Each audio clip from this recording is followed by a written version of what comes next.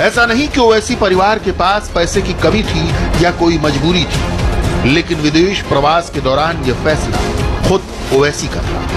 पढ़ाई लिखाई के साथ नौकरी करने का और इसका व्यवहारिक अनुभव भी हासिल किया है। 1992-93 के दौर में असदुद्दीन ओवैसी बैरिस्टर की डिग्री लेकर हिंदुस्तान वापस आ गए।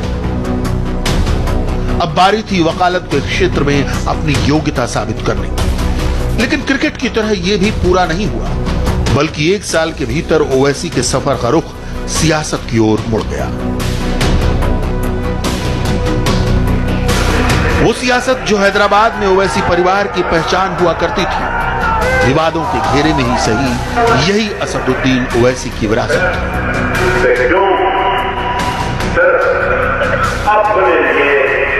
1994 में ओवैसी अपने पिता सुल्तान सलाहुद्दीन की बनाई पार्टी ऑल इंडिया मजलिस-ए-इत्तेहादुल मुस्लिमीन की टिकट पर विधानसभा का चुनाव लड़े और जीतकर विधानसभा पहुंच गए।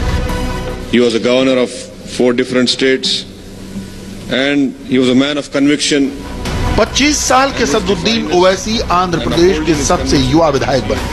वो पढ़े लिखे थे, हिंदी, उर्दू और अंग्रेजी पर जबरदस्त पकड़ के साथ कानून और इतिहास की भी जानकारी अच्छी खासी थी। लेकिन दांव पेच से भरी सियासत की दुनिया में ओवैसी का इम्तिहान कुछ और था।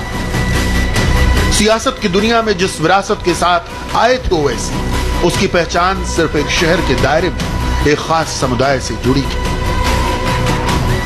इसे सर्वमान्य बनाने का संघर्ष ओवैसी के सामने लंबा होने वाला था।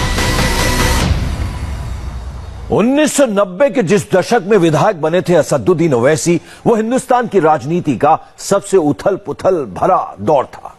उत्तर में कश्मीर अशांत, बाकी के देश में अयोध्या विवाद के बाद राजनीति में धार्मिक ध्रुवीकरण। उस दौर में ओवैसी जिस पार्टी की नुमाइंदगी कर रहे थे, उसकी तो विरासत ही एक सांप्रदायिक पार्टी की थी। वो पार्टी बनी तो आजादी से भी पहले थी, लेकिन नए हिंदुस्तान के दौर में उसकी भूमिका नए सिरे से तैयार करनी थी, क्योंकि जो इतिहास था वो कई सारे विवादों से भरा था। हम किसी के बाप से नहीं डरते।